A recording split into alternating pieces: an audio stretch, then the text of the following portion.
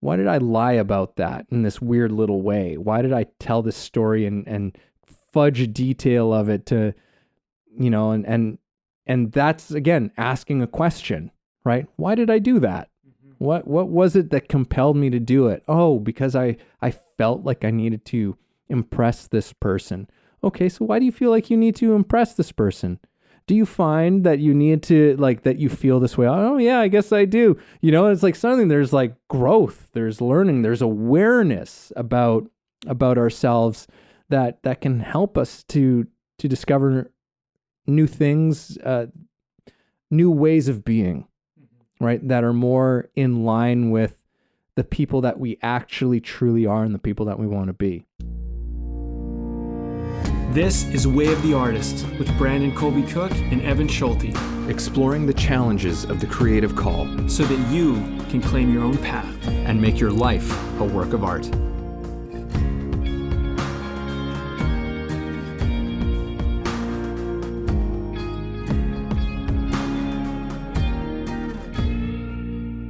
All right. Here we are, Brandon. Here we are, recording another conversation about some kind of meaningful, hopefully meaningful topic. Meaningful, at least in our minds, in this moment. And we're calling this one When Something is Called to Question, or When You're Called to Question, something along those lines. Something along those lines. But when something is called into question in your life, and particularly something meaningful, something important, it would, yeah. There's lots of things that could be called into question. And when that happens, it can often create a little bit of a inner turmoil. It can it can kick up the dust, so to speak. And you can start asking questions or having doubts or confusion about where you are, where you're going, what you're doing specifically. Like, there's so many ways in which and it could be from another person, who's saying, like, who brings something up to your attention, or it could be just something that shoots up from within your very self. And you suddenly go, oh shit, right? Hang on, what am I doing here, right? Am I doing the right thing, or is this the wrong thing? Whatever, and that's never really a comfortable place to be. However, as I think we're going into with this conversation, there is something extraordinarily important and valuable about these things happening. And in so many ways, I think that when that feeling of that unsettled feeling of when something is called into question, sometimes it's just finding out what the question actually is. That's like almost a thing you have to search out. It's like, okay, I feel this upset. This thing has been called into question. I just don't know what the question is. I think is sometimes part of what that whole process is, because once you discover what the question is and what that is that it's kicking up, then that's when there's the real opportunity. So I know I'm kind of just jumping right into it here with some ideas off the top, but that's what I've got to kick this one off. Brandon, thoughts? I'm thinking about how when something's called into question, there's a kind of an agitation that's created, and something I often do with, like, when I'm coaching is like, well, like, because we actually deal with this a lot. I'm just thinking about it. I'm like, I'll say, like, well, if that's nagging at you, like, it keeps kind of, because it's like this agitation, like, that to me is like there's a nagging. It's like it keeps coming up, and you keep going, like, I don't know. And it's like that is causing you to, like, give it attention and give it focus. And there's something about that which I think is very relevant to this conversation, where I think we want things to just be seamless and easy and in flow all the time. I think that's what we think we want. And I think that's probably nice when that happens most of the time. But I'm actually thinking about like the creative pursuits where it's like, I actually want moments of agitation. I want moments of this nagging kind of thing being called into question, because it's like, oh, wait a minute. What about this? Because that's going to get me to stop and look into something I haven't looked into. Like, for example, in one of the screenplays I'm working on, what happened was in the initial drafts, it was his wife and they were married. Then the future drafts, it was his wife, but they were split. And initially they had a young son who was like 7, 8, 9 years old. Now they have a son that's about 15 or 16 years old and they're split. And what ended up happening was the wife became the sister, and like the character just kind of evolved. The character I developed as the wife became his sister. So there was like, because there was no romantic element anymore because they were divorced. So like that whole thing just kind of like evaporated. It just like disappeared in the creative process, which was interesting. And the sister dynamic and the brother just made and how she was kind of the aunt to the son created this awesome dynamic for the nature of the story. But then this element came in where it's like, well, where'd the wife go? Like, what happened? What's her story? And I had this nagging. It was called into question. And then, and also the son, as the son's character got developed, because I had known him when he was essentially an 8-year-old, because that's how I first started the story. But now I was getting to know him as a teen. So I had grown up with this kid in a way at this point. But I was like, well, what's his relationship with his mom? Because it's like not just about the main character's relationship with the wife, or the ex-wife, but like what's the son's relationship with the mom and how does that play? And, you know, and what's the sister's relationship to her and all of this stuff, and all that got called into question. And it gave me some time to put attention on it, this agitation, this nagging. And I have to say, like, this just happened this week. Some fucking incredibly awesome stuff came out of the story by just giving that a little bit of attention. So I think there's something about this, and you've said this before, Evan, and I've this always stuck with me ever since you pointed this out to me. I'm not sure if it was yours or if you got it from somewhere, but attention is magic. It really, really is. And so I would say, like, when something is called into question, it's actually saying, hey, there's magic here. Take a moment. Let's find the magic, you know? And I think I think it would be a mistake for you if something was called into question, for you to kind of distract yourself from it or try to ignore that feeling and push it away. I think you should actually engage with that feeling and be like, okay, something's getting spun up inside of me here. Something's agitating me. Instead of trying to avoid that feeling, which I'm sure is uncomfortable, because it is uncomfortable, right? It's like, I just want to move on. I just want to do this other thing. It's like, no. Why don't we stop? Why don't we sit with that? Because if it's agitating you, then there might be some gold in there. And it's almost like if you were a metal detector and like you just knew that there was like gold or metal or something like under the soil there. It's like, stop. You're getting a signal that something's here. You should stop. You shouldn't, that annoying sound that's coming out of this machine is not trying to annoy you. It's trying to tell you something is here. Let's go deeper into this. Let's dig a little. Let's find out what's happening. So anyway, I think maybe that's something to explore. Pass that on to you. No, that's definitely some good stuff to explore, Brandon. I think it's because, yeah, definitely when I think of any sort of creative, like artistic creative thing I've ever been a part of in whatever discipline it is, acting obviously being the main one, but through some, writing and music would be some of the other ones, is how much of that process is about asking questions. Right. And to a certain extent, as particularly, I would say in acting, there's this almost always when you're doing acting, you're doing your job as an actor well, there's always this question of what's going on here, right?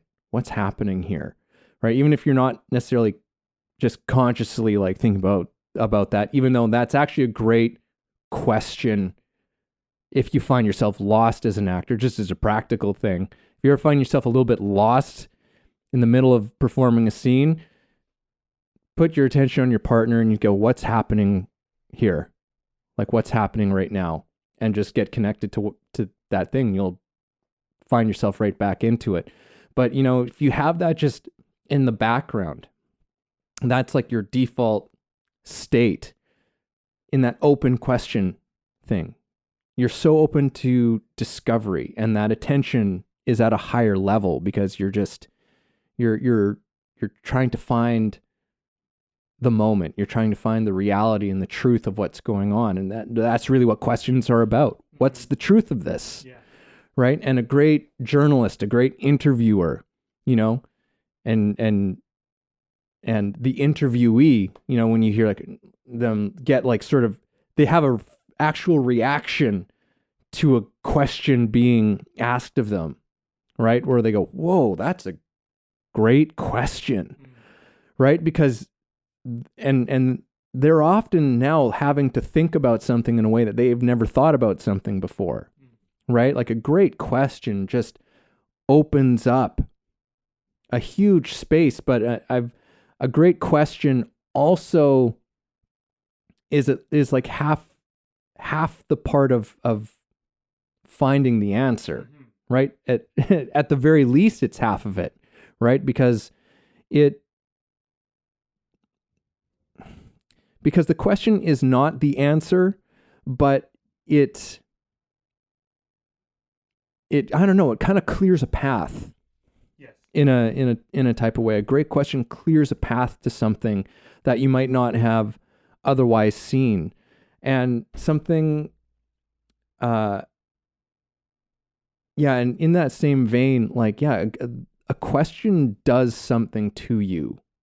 Like and that's a good thing. But sometimes we don't know, like you're saying, sometimes we don't always feel that way about when a question is raised to us, because it impedes on some kind of a belief potentially, or an image of ourselves, of how we think of ourselves, or something that we have some kind of vulnerability or sensitivity to.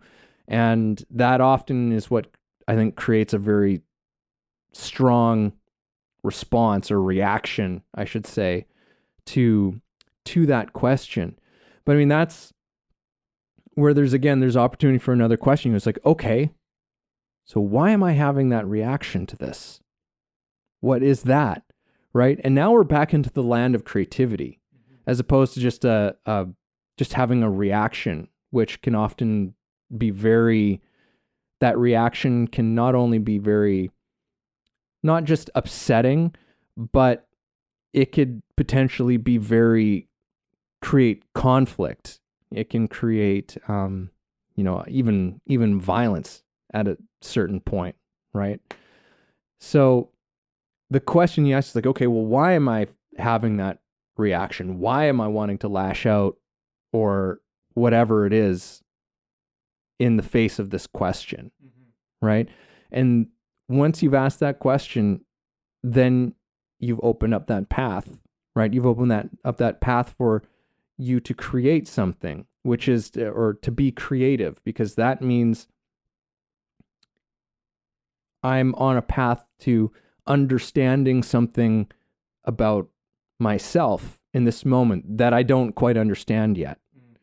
But that it doing something to you is an interesting thing that's just come to mind, because that's exactly what great art does, right? And something that stuck with me from one of my old acting teachers. He was saying, like, he says, when you're doing it well, it's doing you, right? Like, it does something to you. And same thing as an audience, when your great art does something to you that's out of your control. A question is so much the same thing. And again, in art is so much about asking a question.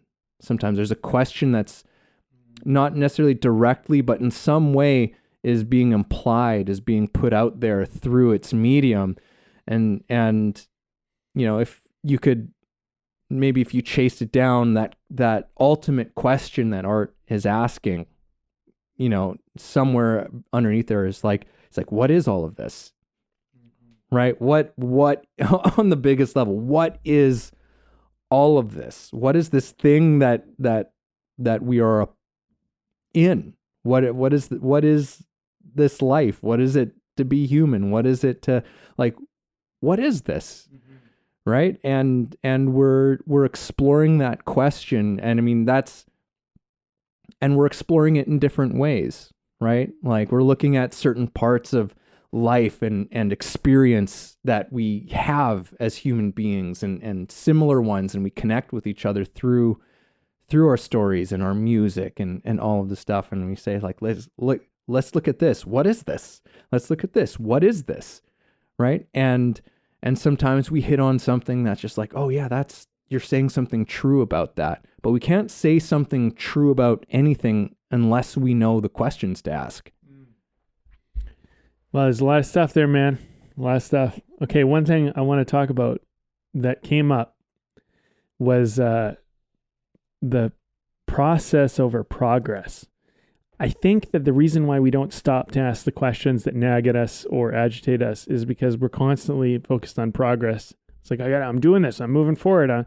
And if you stop and you ask a question or something agitates you, you have to go into process. And I think that sometimes it's just an inconvenience.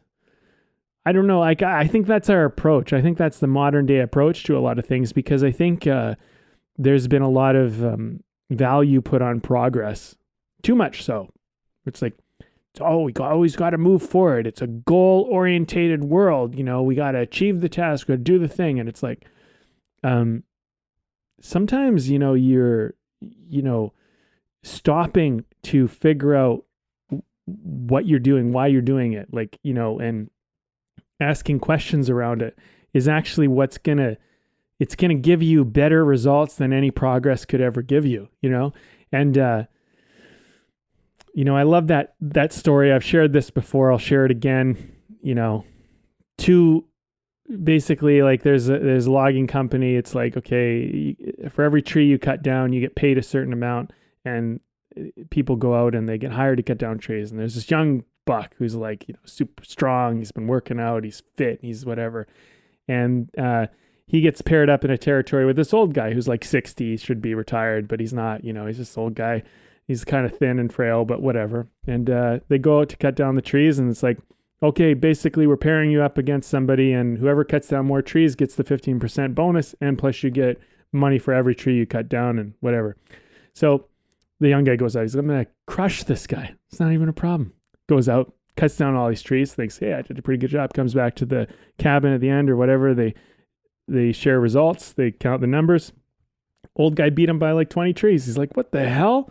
He's like, I worked my ass off out there. So the next day he goes out, he just grinds, and he cuts down like 20 plus more trees. Comes back.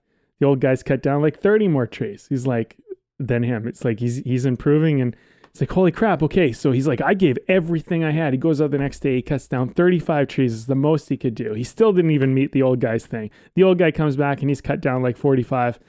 And he's just like, okay, you know what? He's like, at this rate, this is just law of diminishing. It's not going to happen. So he goes to the old guy, goes like, okay, man, what is happening?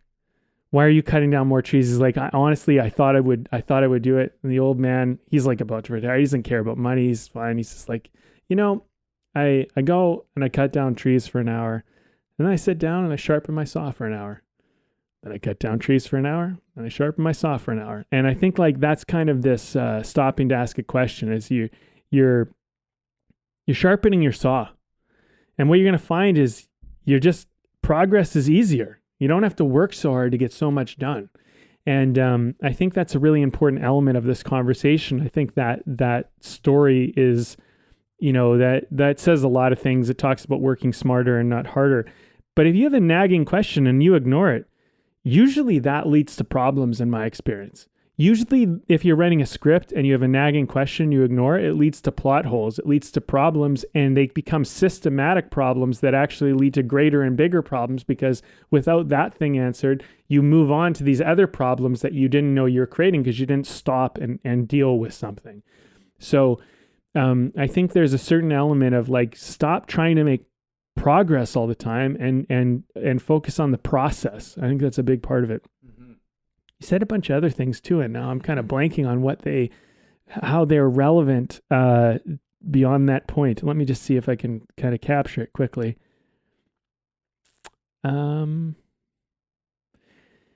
Yeah. Oh, I think the need for control is coming up for me as well. I think when you accept that you're not in as much control as you think you are, you become more open to dealing with the agitations. I shared a story with you earlier, Evan, about kind of you're hiking along the trail, you've been climbing the mountain, you've been trying to get to the peak, and then all of a sudden the path you're on gives out from under you, slide 100 feet down the hill, and you're like, oh man, I've just lost 100 feet or 100 yards or whatever, and I got to hike back up this, climb back up this. Like I worked so hard to get there. And you end up next to this berry bush.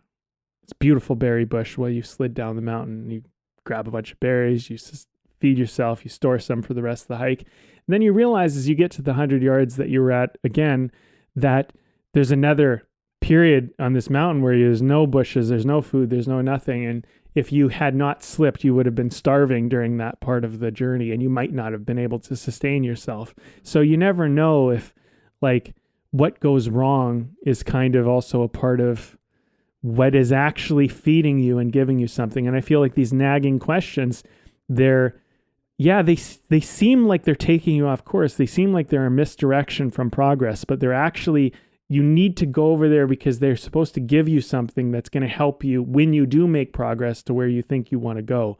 And if you don't have that key thing when you get there, you're going to be in real trouble, and you don't know that yet. But I guess the word that keeps coming up for me is it just feels like an inconvenience. And I think that you shouldn't look at nagging questions or these when things get called into question as an inconvenience. I think you should look at it as a gift. It's interesting because, this is, you had brought up that analogy before we started recording. And the second time with you saying that, something else occurred to me in that whole thing is that the berries might not even be a thing for sustenance and survival. It might not even be something quite so important as that, but maybe just like, but what about just the enjoyment of the berries? Yeah. You would, like, had you not had those berries, you wouldn't have gotten to try those berries at all. Like you would have just, gone with that. It's like, there's also just something about being able to delight in a pleasure that you might have not had the opportunity to had this thing not happen to you otherwise. So just one thing that occurred to me is like, oh yeah, it's not just necessarily about like, you wouldn't have survived, but it's just like, no, you wouldn't have just gotten to partake in something really beautiful. Mm-hmm. Right. So I'm glad, coming back to what you were talking about as well, I'm glad that you brought in this thing of process. That's a big one for us. It's one of our laws. We haven't talked about our artist laws very much for a while. They're great. We should revisit them because they're good. But yeah, the law of process. And I think that, because I think that you're very much right about it, is that like very often the questions that come up, we can be irritated by them because it's like that seed of doubt or questioning that it brings up can interfere with our sense of like, we are making our progress and there's an end point to that thing that we're trying to get to, I think that life is, it's in many ways funny that we're all continuing on in this game and charade of sort of progress in the sense that there's an end point to it all, because it's just not life. It's just not life. It's like life is more process, is an actually more accurate, honest, truthful description of what it actually is and what our lives actually are. They are always in process, just as artists are always in process until eventually you just say, okay, I just have to walk away at this point because I just have to say that it's done. Mm-hmm. Because Otherwise, you're in process the entire time, right? You're constantly in that space. And so the questions are just part of the process of you becoming a human being, you becoming who you are, right? The questions are actually part of the flow. They're not against the flow. They're actually part of the flow of your life and of the process of your life. And, it was interesting on my way over here today. I was listening to Rogan, as I do sometimes, and he was talking about archery, because he's of the many things that he does, he's a pretty proficient archer, as I understand. And he was being asked about, because archery is a tough thing to do. And he was talking about how the practice of it and how you get good and why you need to do it over and over again is that in order to be a great archer, you have to be focused on the process of what you're doing. If you're focused on just trying to hit the target, right? And he's like, you'll flinch, right? And a slight flinch over the course of 100 meters, you're like, you could miss by like a huge amount, right? So he was saying that it's like, but the thing that you can do is you focus on the process. You focus on each step of how you're gripping, the arrow, how you're drawing the bow, your stance, and when you just focus on each one of those things, then boom, you hit your target, right? And you often hear like sports coaches too, right? And it's like, we're focused on process. We're focused on process. And even though we lost the game, I liked our process. We're doing the things that we're supposed to be doing. And if we keep doing those things, we're going to start winning games. And they're usually right about that. It's usually how it actually works out. Just like, so, and very often they'll still praise the team in the loss. It's like, the process is good. The process is good. We're going in a good direction. The results will come. Right.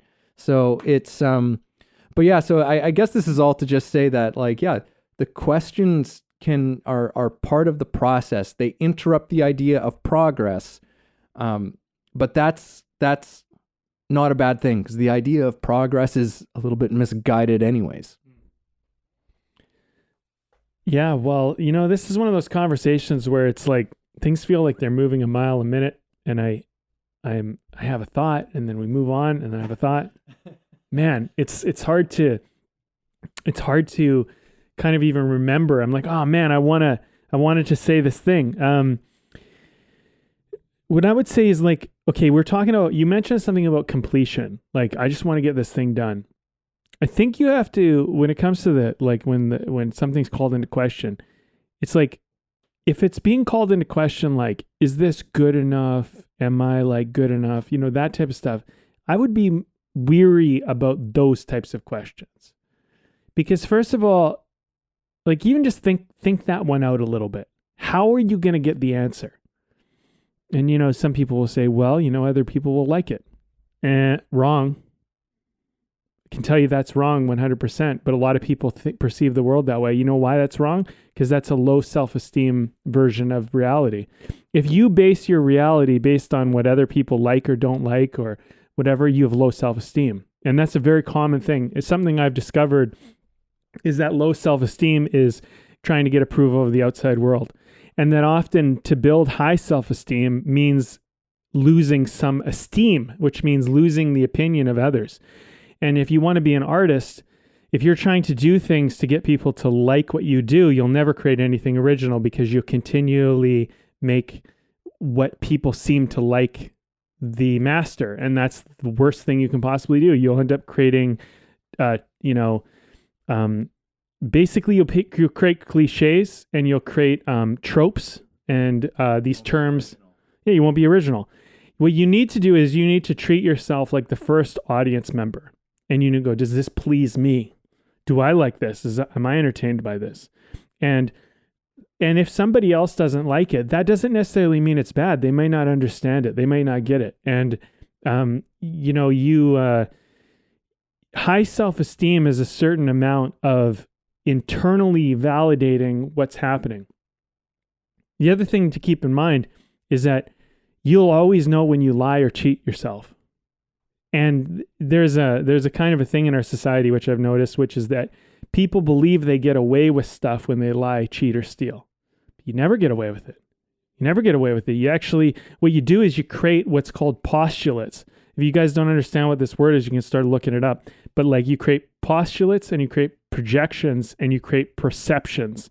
So if I lie to you, I now live in a world of liars because I project myself into you. And if I lied to you, then you lie to me because that's how I see the world. You create a postulate. People will lie under this circumstance because I lied under that circumstance. People will steal under the circumstance because I stealed under the circumstance. You actually literally create your own hell.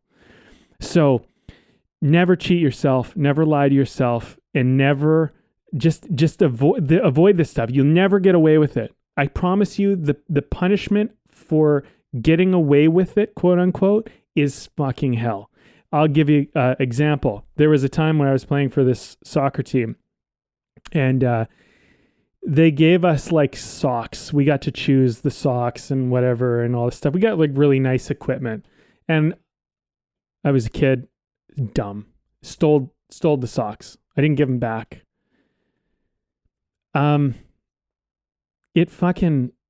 I carried that around as guilt forever, like for so long.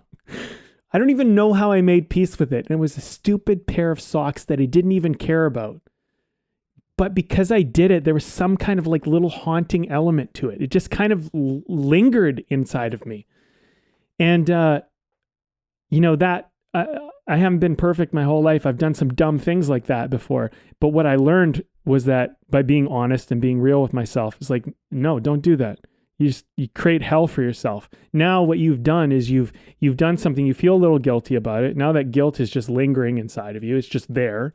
You can pretend to deny it. You can pretend it's not there. You can try to push it away, but it's still there. It just pops up every now and then. All of a sudden you go, whatever. And this stuff, it just has a way of coming back and haunting you. So one of the ways to deal with a nagging thing like guilt or shame or something, here's a different avenue to go down, is the best thing you can do is go and heal it. Basically, if you lied to someone, go to them and say, hey, you know what? I know this is silly. I know it probably doesn't even matter to you. It might not even matter to you, but I told you the story and I lied. I exaggerated, and it's not actually the way it happened. This is the way it happened. And the reason why I'm telling you is because it was actually bothering me inside. And at the time when I told you, just explain why you told it to him. I wanted to look like a bigger deal than I was. And the fact is it isn't. And what that'll do is you'll be embarrassed in the moment because your ego will get a little destroyed, but you'll heal that thing inside of you and it'll just go away. It'll be gone, because what happens is you build a projection, a postulate that people can actually, because, and what ends up happening is you encourage that in other people, and other people actually become better because of you, because when you heal yourself, there's some type of connection we have with each other where we end up actually somehow enabling others to do it too. I don't know how it works. I don't entirely understand the way we're connected that way, but you also don't see people as this flawed thing, because the thing is that what we don't always realize is we see ourselves as flawed. And most people are, in my opinion and observation, is they're walking around pretending they're not flawed. The best thing you can do is go, you know what? I'm just a guy or gal or whatever, and I'm just fucking working it out. I fucked up. I lied. I did this dumb thing, whatever. And you know what? People do dumb things and they lie and whatever. And you kind of go and you go, I'm not making an excuse. It was shitty what I did. I shouldn't have done that. I should be better and I will be better. But you look at it in terms of, if you forgive yourself, you'll begin to forgive others, and it'll, but what I'm saying is what gets called into question, if you lie, cheat, or steal, are you a good person gets called into question. And a lot of people don't want to get that called into question. It doesn't feel good, but it's actually good. It should be called into question. Call it into question. And really honestly look at yourself. Am I a good person? I lied, cheat, and steal? Maybe I'm not that good of a person. But then you can be a good person because it got called into question. So I'm saying something getting called into question is such a gift. It's such a, it can be embarrassing. It can lead to all sorts of things. You said a word I didn't quite figure out how this related, but I'd love you to explain. You said something about violence, how it kind of being violent in some ways, right? I love you to explain that because I didn't quite understand that. But I understand in the sense that when you don't answer the nagging question, when you avoid what gets called into question, you try to skip over it just to like graze by it and just like whatever. There's some magic that's missed and there's something important and you kind of, I think you pay for it later. So you might as well just pay the piper today, get it done. Don't live in debt. Don't live in an emotional debt. And I think a lot of people, they live in debt. They live in a depressive debt, there's no good. You don't want to be somebody that you don't want to be somebody that enables your own low self-esteem. You want to be somebody that enables high self-esteem, that looks at yourself and goes, you know what, I'm flawed and I fucked up and I made mistakes, but I'm still okay and I'm trying to be better. And when I did it out of naivety. I did it out of ignorance. I didn't do it because I was a bad person. I did it because I didn't know any better. But now I know better and I won't do it anymore because that will save you. But if you pretend that you don't know better when you actually know better, holy fuck, the nightmare that comes after.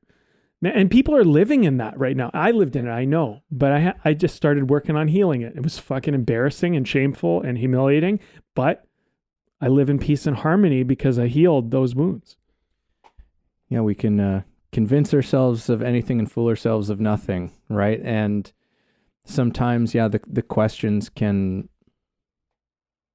we can choose to meet it. It's like, well, look, I'm doing it because, the world is such and such, or, justifications that we can make for behavior that inside of ourselves we're not okay with, right? And they're band-aid solutions to not asking the questions. It'd be like, okay, am I okay with what I just did, or with this thing that I'm doing?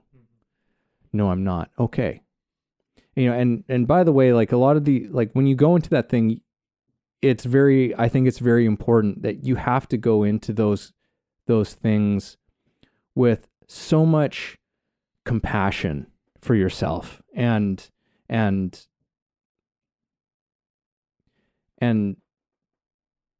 without judgment, right? Like I remember a shaman type individual that I met.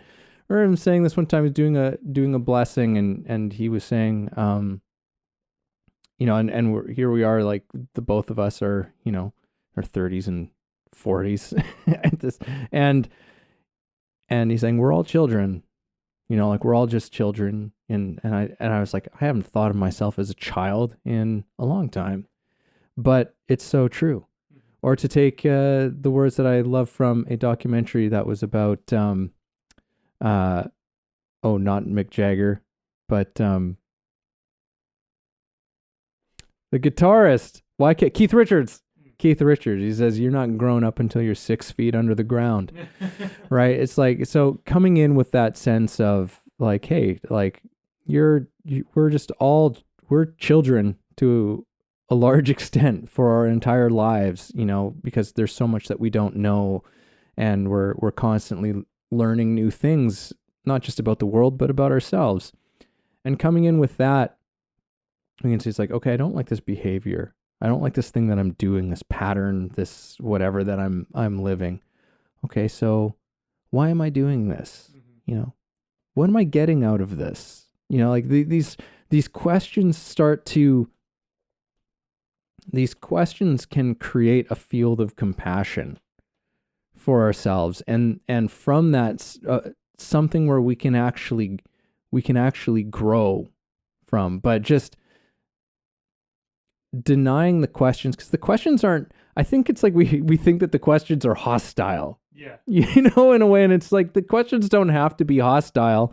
Just, stay away from most media out there, which there's hostile questions that people are asking, and it's really quite terrible, because questions are they can be used as a way of destroying, but they don't have to be. And it's actually a very, now that I'm thinking about it, I'm like, that's a very sad and insidious thing to use something so important for us to make sense and find truth and find better ways forward, being used in a way to tear people down, right? Those kinds of questions that they're not really meant for a person to like give an honest response. They're like I can't remember what the expression is for it, but like questions that are really, it's like, you're just really making a statement.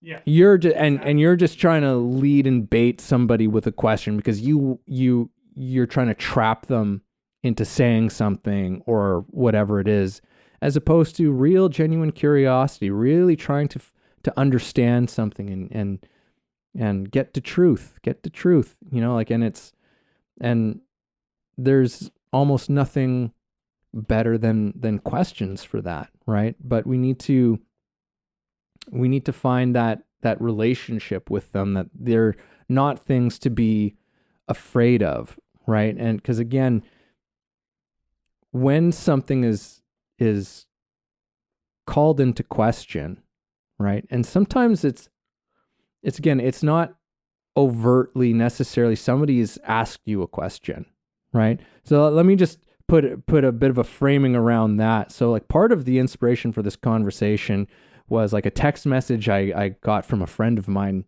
recently.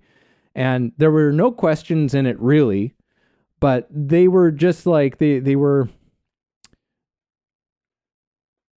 offering up like a potential direction that I could go in with something in my life. And it was interesting. I was watching, it was like, why I'm having a response to this. This question has done something to me, and I don't know what that is, right? And I recognize that it's like, well, it's because it's brought up a question that even though they are not directly asking it, there's some kind of a question that it's asking. And part of this is like what I was saying at the beginning is like, part of it is like, I'm still trying to figure out what is the question. Mm-hmm. What is the question that it brought up that's caused this, this minor disruption in my sort of day type of a thing. And it's like, is it, yeah, like, and I still don't know what it is, but part of it is like, okay, so what is it, right? What is that question that I just don't know what it is, right? Because there's a part of me that knows what it is, because a part of me is responding to it, which is kind of bizarre to think about, right? Like I'm having a reaction to this thing that I don't know in sort of literal terms, in the actual words of it, what that thing is, but there's a part of me that knows what it's called into question, right? There's a part of me that knows why it's created some sense of confusion and doubt in my being, right? And so it's kind of up to me to go, it's like, okay, so, well, what is that thing, right? What was that statement? What was that again, this person, knowing this person, I'm like, this was sent to me with good intention and all of these things, but nonetheless, there's a part of me that has had this response to it, right? And so going into that and trying to understand what that thing is, even though I don't know what it is yet, there is something valuable to it, and it's got me into a certain kind of a dialogue with myself, right? Which, there have already been things that have come, which is like, oh, okay, I see where, like, a few pieces as to what this has to offer me, what this has to teach me, right? About where I am right now and what I'm doing, where I want to go, all of these things. And even if that thing is totally way off base, and just being like, no, I have zero interest in what you just said. I have zero interest in ever doing this thing that you just said. Well, that's great, because I know that. You know, like that wasn't even a question in my mind before. You've fired that at me, and I just go, oh no, that's not something that I'm interested in doing. And that sort of closing of that door helps me to find the one that's actually open. Yeah. Well, I love that you brought that in. That's part of the reason why we have to ask questions, because we actually have to close doors. And we have to find out what doesn't work and what isn't right to actually find the way a lot of the time. Because one of the problems that actually we're confronted with is that we're faced with too many options. This is something I deal with screenwriters all the time, man. It's most screenwriters, most people, well, they're not even screenwriters yet. A lot of them, they come in, they're so overwhelmed, they don't know what to do. And we start actually by, I give them a system, which I don't ever really say this, but what it does is it closes a bunch of doors. I'm like, come up with a genre, because you basically have 5 to choose from, and then some subgenres and some styles and whatever. But let's just narrow it down. Like, what's your intention with this? Do you want to scare people? Do you want to excite them? Do you want to emotionalize them? Do you want to thrill them? Do you want to make them laugh? What do you want them to do? Oh, well, I think this would be really funny. Okay, sounds like you got a comedy. That closes the door on a lot of things. It closes the door on, okay, this is and then we can start, and then we start working it out. It's like, okay, well, maybe it's a comedic horror film. That's fine. But so you want to scare them and you want to entertain them, or maybe you just want to entertain them, but you want to entertain them because you think, horror movies are funny, whatever, doesn't matter. But then what happens is, okay, we're not telling a drama, we're not telling a thriller, we start to narrow the focus. And what happens is you go through this process, you begin to get an idea of what you're doing, what you're not doing. And by knowing what you're not doing, you know what you're doing just by default. It's just what it happens. So I think there's something about stopping to ask a question, which, when you're asking a question to see, am I interested in this? And you go, no, I'm not. Good. Maybe that's all it was. I mean, maybe that's all it needed to be, but it's sometimes also when you close one door, it actually closes 7 other doors or 100 other doors, because there's 100 other doors that are just like that door, and it just closes all of them all at once. It's like, boom. Well, that fucking clears a lot of shit up. Now I don't have to worry about any of that anymore. And I do think that there's a certain amount of, we're probably moving through life oblivious and unaware of a lot of things, and we often lack clarity around many things because we haven't given it the attention, and we don't even know how to focus on it yet. And so then when some of your vision gets blocked out, all of a sudden you become focused on something, because by knowing what not to look at, it becomes more and more evident what to look at.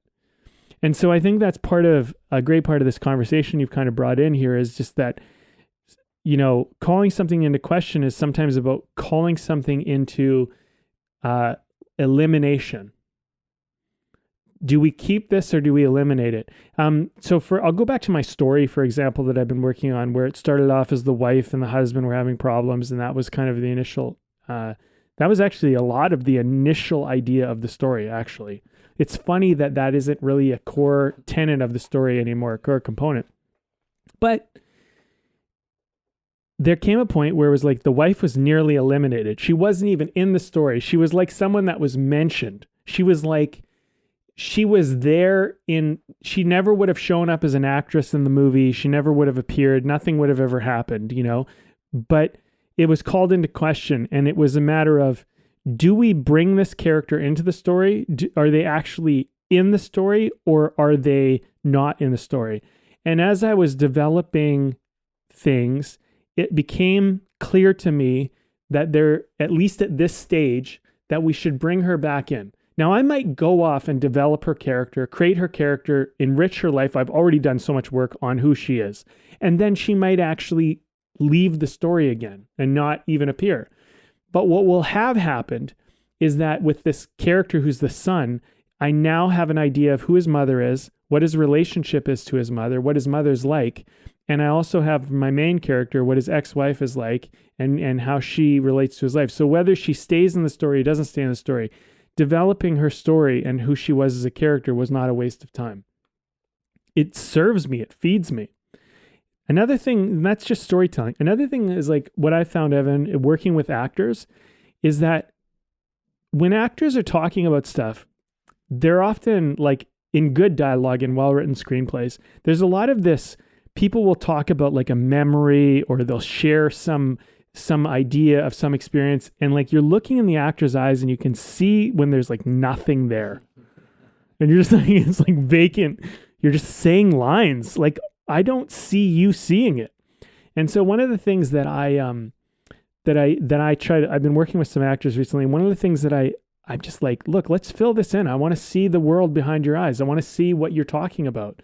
And there's this one actor, and they're working on this scene where they're talking about, normally they hit all these red lights, but now on this day they hit all these green lights. Well, when you're saying that, you're not just saying red light, green light. I want to see you driving through traffic. Like, I want to see you seeing you drive through traffic, hitting all these green lights, not hitting red lights. I want to see you seeing that. And if you don't have like something in your world that's actually happening, it just looks and sounds like a person that's just saying words. Yeah. And so let's call that into question in a sense. You know, I didn't say it in this term because I didn't have it at that point, but let's call that into question. I don't see you telling me a story that happened. I see you telling me lines. And then they went and they imagined it, and you know what? Because the context of the story, they started getting emotional. I'm like, well, what's going on there? Interesting.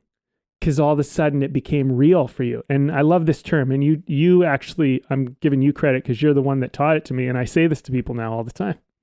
Lived in.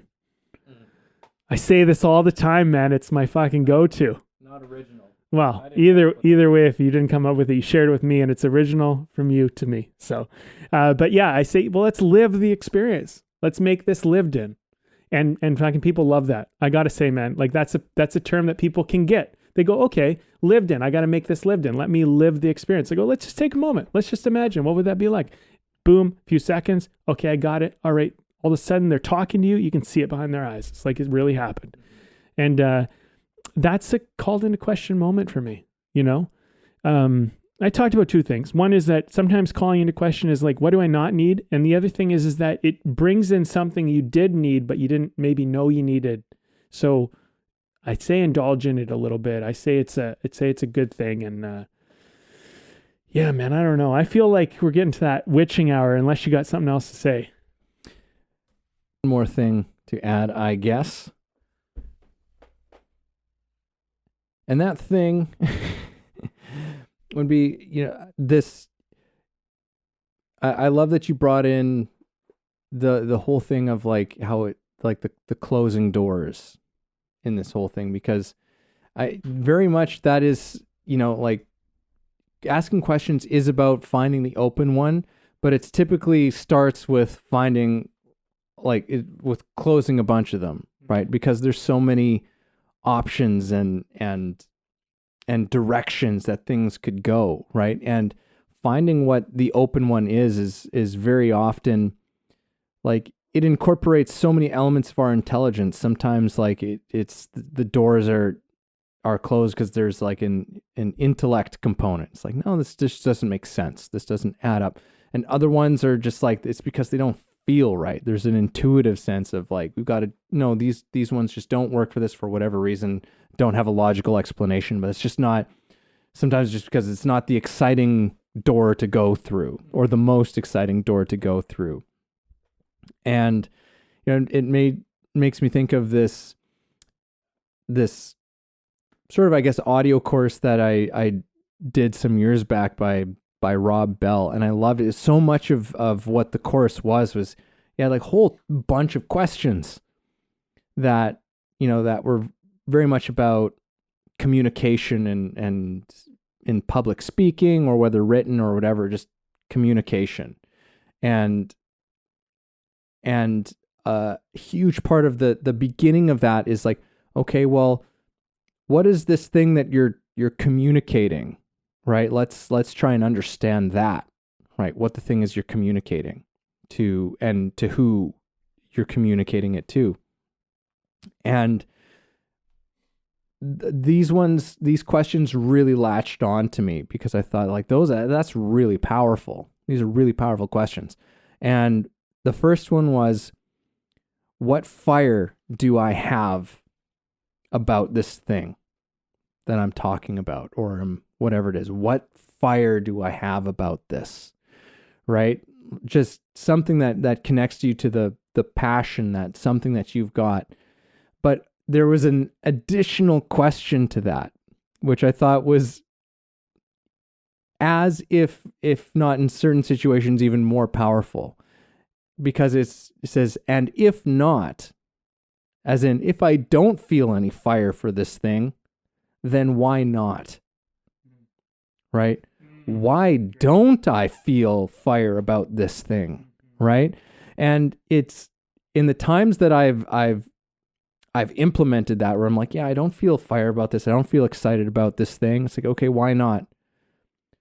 Well, it's just because this just feels like it's not really the issue, right? The real issue around this is this thing and this thing and this thing. And then suddenly it's just like, oh shit, I found the fire.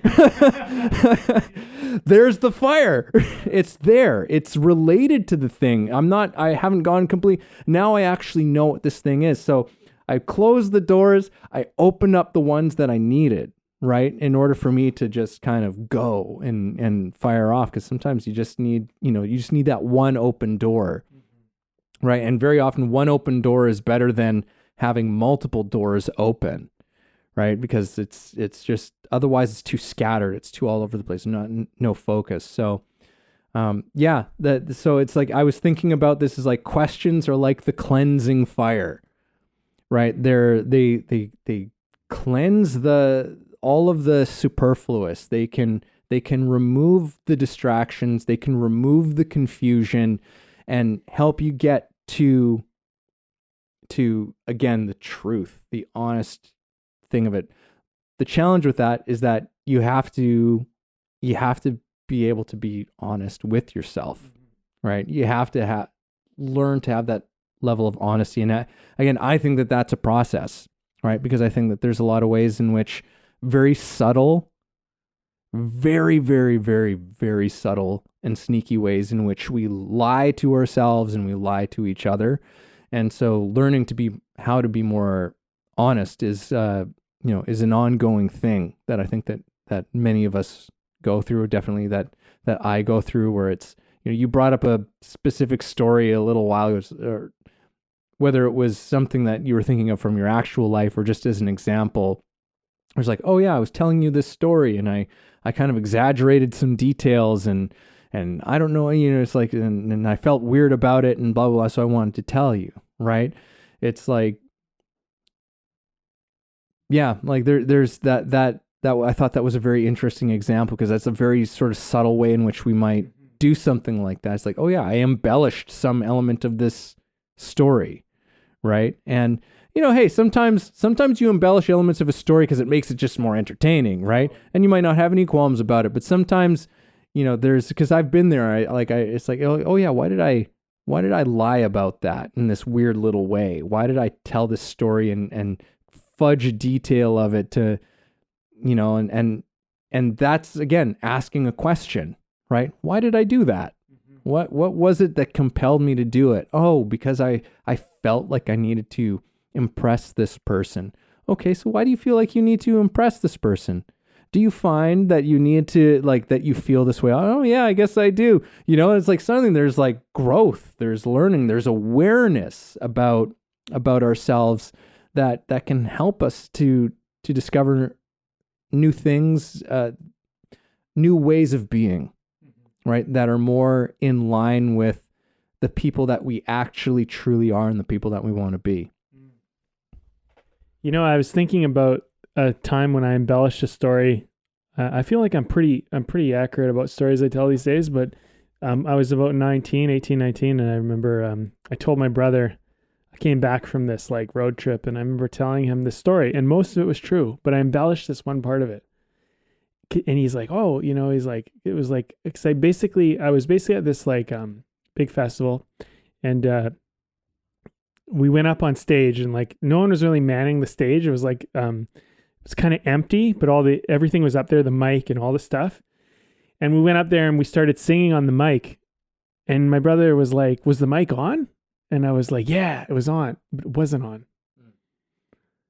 And like late, he kind of like just accepted it and moved on. I don't know if he knew I was full of shit or not, but it made the whole story sound like it was full of shit all of a sudden. But everything was true except for this one detail. And I'm just like, but I wanted to impress him. I was younger, and my oldest brother, he's like 7-8 years older than me, and I just wanted to impress him. I just wanted him to think, I don't know what I wanted, but afterwards I was like, why did I fucking do that? Like, it made, like, if he sensed that was bullshit, then it put the whole story I just told him in question, because now it's like, well, what is he telling me that's true? It's like everything was true except this detail. It's like, why did I do that?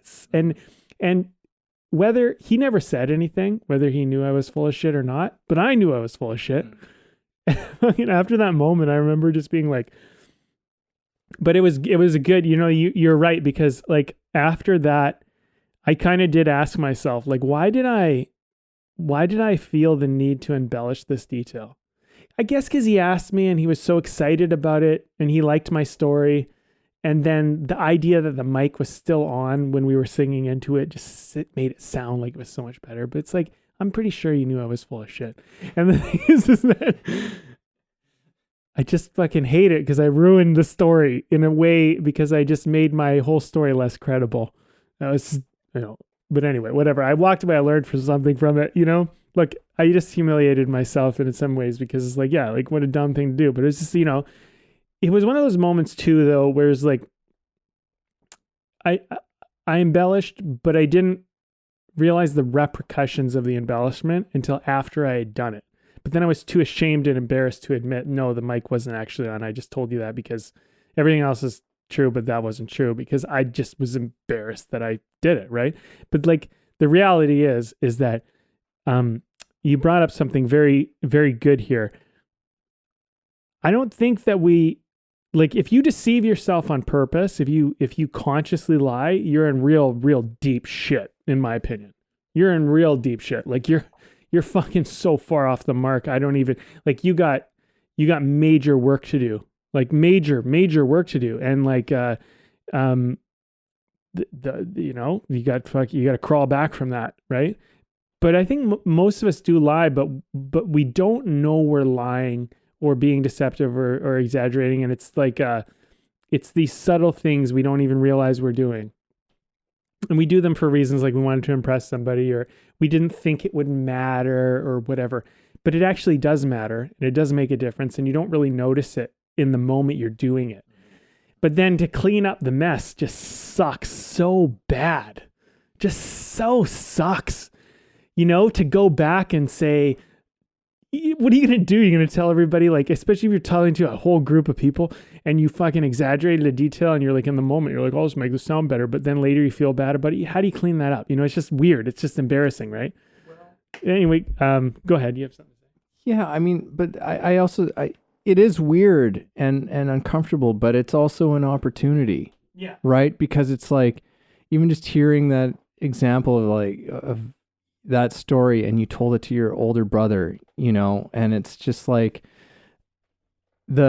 again, you come back to the honesty of the thing and the vulnerability. And it's like, look, I said this part, I don't know why I said this. I mean, I guess like, but then, you did have some awareness around the whole thing, whereas just like, you're my older brother, and I wanted you to think it was cool. And I said, like, there's something, and I just go and I hear that and I go, it's just like, oh, like, hey man, I get that. Yeah. Like I'm not angry about that. Yeah. Like I'm not upset about that. Like, it's just, I'm actually touched by the whole thing, as well as appreciating the correction, the honesty. Mm-hmm. I think that we shouldn't be afraid of that kind of honesty, because it truly is an opportunity, and especially when it's when it's handled with compassion, that it's an opportunity for a deeper connection, and for us to see ourselves in another person, right? Because it's like, yeah, hey, I get that. I've been there. Yeah. I've been in there when I wanted to impress somebody, and I said something that wasn't entirely true, and I felt weird about it, but it's just like, hey, but I get that. That's a weird human thing, and we can maybe laugh about it, and we can and then maybe grow from it in the future. It's like, yeah, let's not do that anymore. Yeah. There's no need for that. You don't need to impress me. You don't need to try and do that, right? Like you just need to be who you are. Yeah. Right? And just tell me about your life, in its, because life and our experiences are so full, when we're actually really paying attention to them, that we don't need to embellish them, right? So let's talk about some beer here, and let's wrap this one up, unless you had something you wanted to say to that. All right. Okay, I have one more thing to say, and I'll just throw it back to you real quick after I say it. I do want to thank you, though, because I feel like you're actually kind of channeling some Brene Brown there. It's like vulnerability and courage. I just kept thinking as you were talking, I'm like, yeah, man, you know what? She's right about that, man. Because, yeah, a lot of the time you admit the truth to people, and they're like, thanks for telling me. And they're like so unaffected by it. And meanwhile, you were carrying this burden around, and they're just like, that's really cool that you fucking came to me and like told me that. But yeah, I was kind of like, before you took the mic there, I was channeling that feeling before you've had that awareness, that, oh, this is so overwhelming. I've gotten myself into this mess, and how will I ever clean it up? And I'm sure many people can relate to this. But actually you start cleaning up, and you start realizing that it's not even fucking that bad. And you're just like, oh, people are pretty good, actually, And then if someone's a real asshole to you about it, like, I can't say that I've experienced that, to be honest, but if someone was a real asshole to you about it, well, you know what? That might be revealing too. So maybe that's a good thing. One other thing I wanted to say was called into question. Sometimes there's questions you should maybe ask every time. I just want to throw this in. It was a thought that I didn't want it to get lost. Henry J. Ma, who is an actor in Vancouver, and he's, he was a kind of a coach for me for a certain little bit. But he used to ask this great question. I fucking love it. I use it all the time. Where is the love? And it's such an essential, important question. If you're breaking down a scene, especially a power scene, you should ask, where is the love? Because if you don't ask where the love is, there's all these repercussions that come. You just end up being a jerk. You end up being mean. You end up being cruel. But if you look for the love, when you're actually finding power in the scene or doing whatever you're doing, it opens up the door to a kind of care and quality that makes things so much richer. It's such a profound, and it's one of those things I would encourage every actor, every scene you ever do for the rest of your life, just ask yourself, where is the love? Because it's somewhere. And the love also, not only does it enrich the quality of the scene a lot of the time, even if you're writing a scene too, it works as well, but it actually will give you an emotional responses in ways that you don't even think.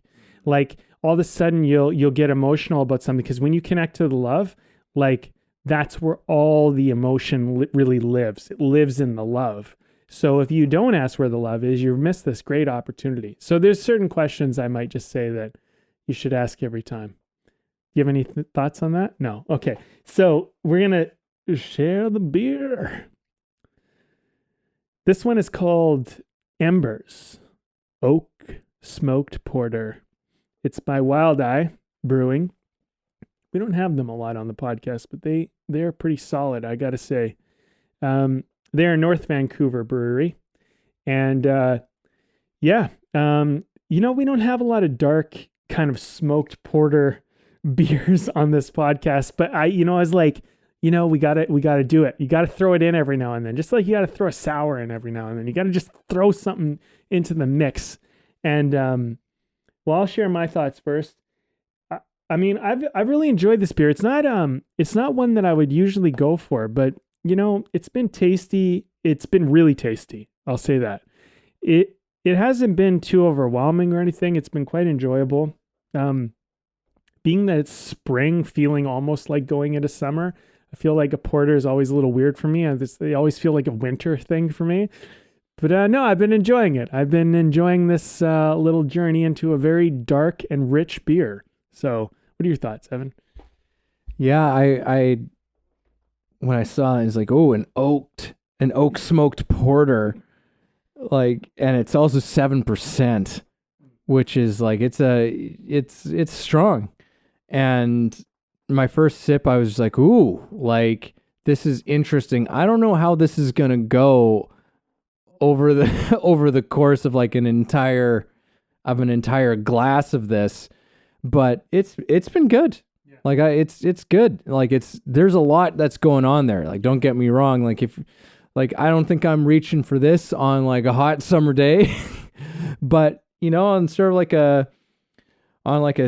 like evening sipping kind of a thing. Like that's it. It's good. Yeah. Like it's a good beer for specific times. Mm-hmm. Yeah, that's what I'll say. Nice. Yeah.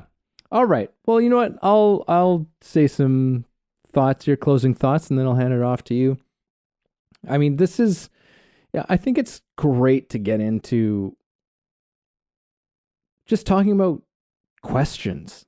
Like great questions are so underrated. It's an art unto itself, like asking really, really great questions, right? To one of our old guests that we had, and I can't remember his name now, but one of his practices is every day, like when he gets up in the morning, he asks himself, what are the questions I'm living with today? Like, what are the questions that are just living in me from the moment I wake up? What's going on in here? Right? And I've done that. I've actually I took that and I've incorporated it from time to time in my life. And there's always something.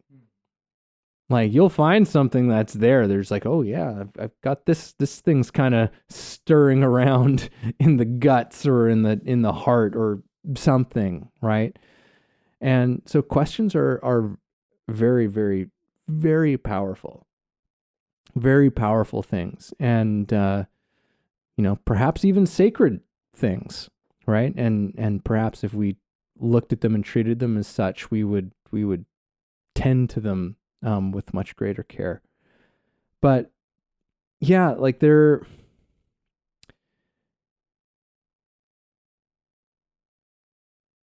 questions, it's a very mindful thing to be able to calmly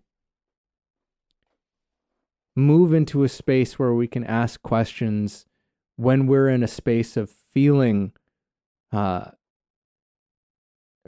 upset, or I hate to use the word, but I'll use it because I can't think of another one right now, but triggered by something. And to be able to have that response of like, oh, so what is this response? What is this about? Why am I feeling this way? Or why do I not feel this way about something, right?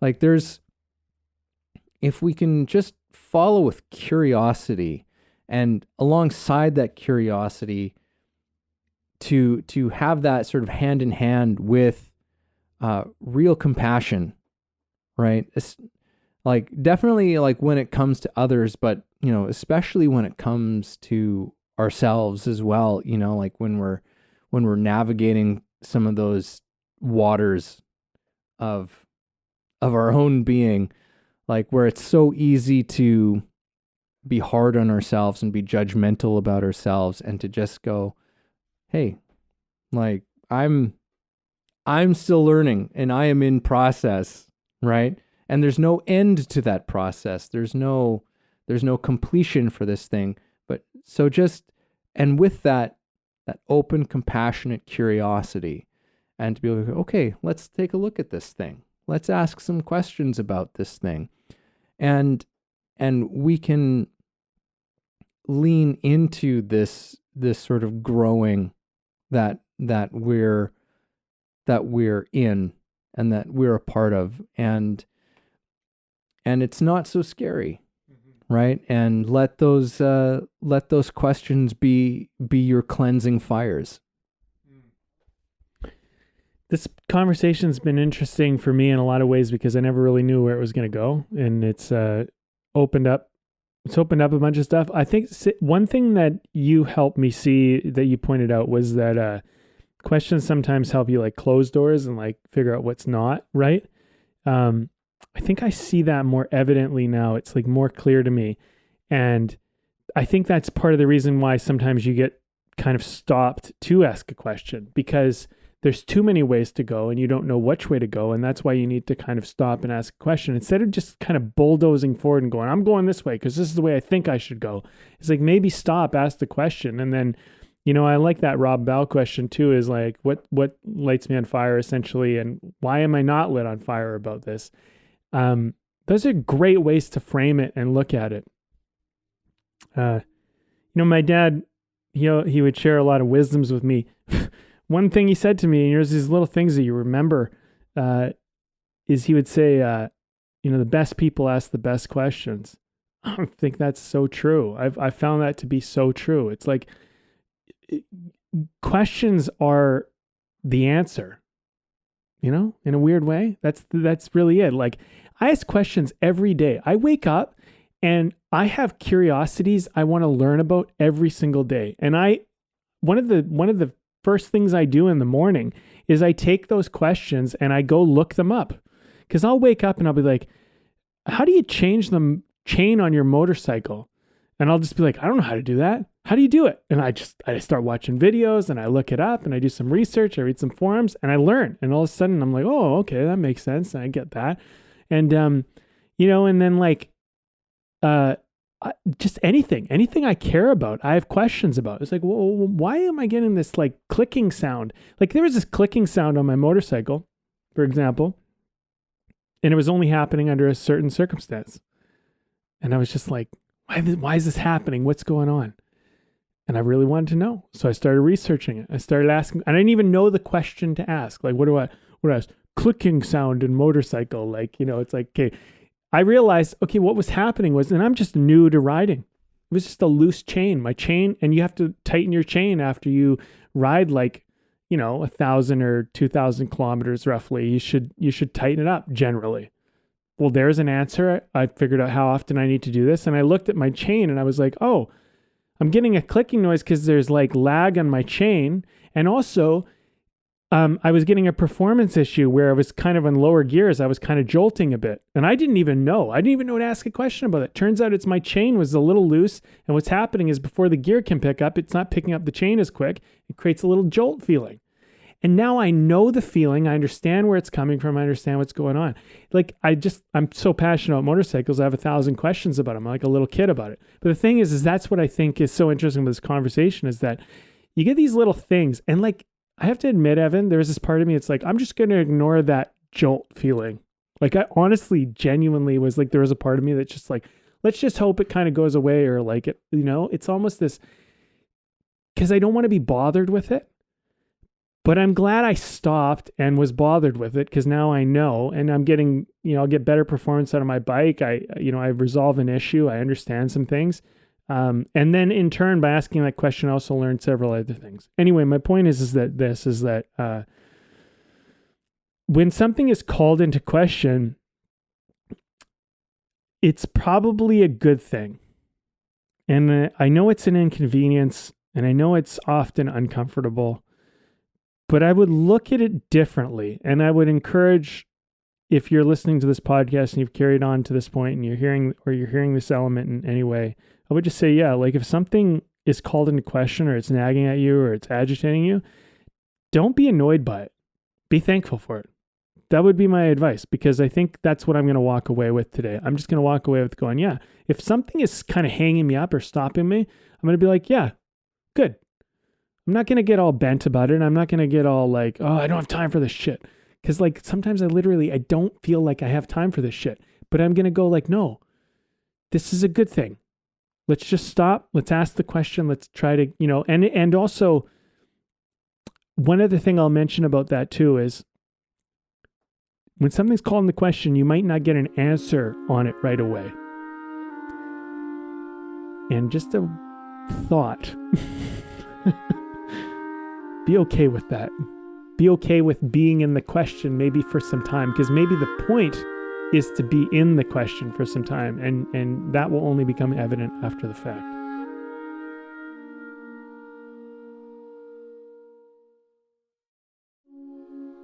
Thank you for listening in on our conversation today. We hope you found something helpful that you can carry forward with you. Head over to our website, wayoftheartist.com, for more free exclusive material and learn about the show. If you haven't already, please support us by subscribing to the show, sharing it with people you know, and keeping compassionate, creative conversation going.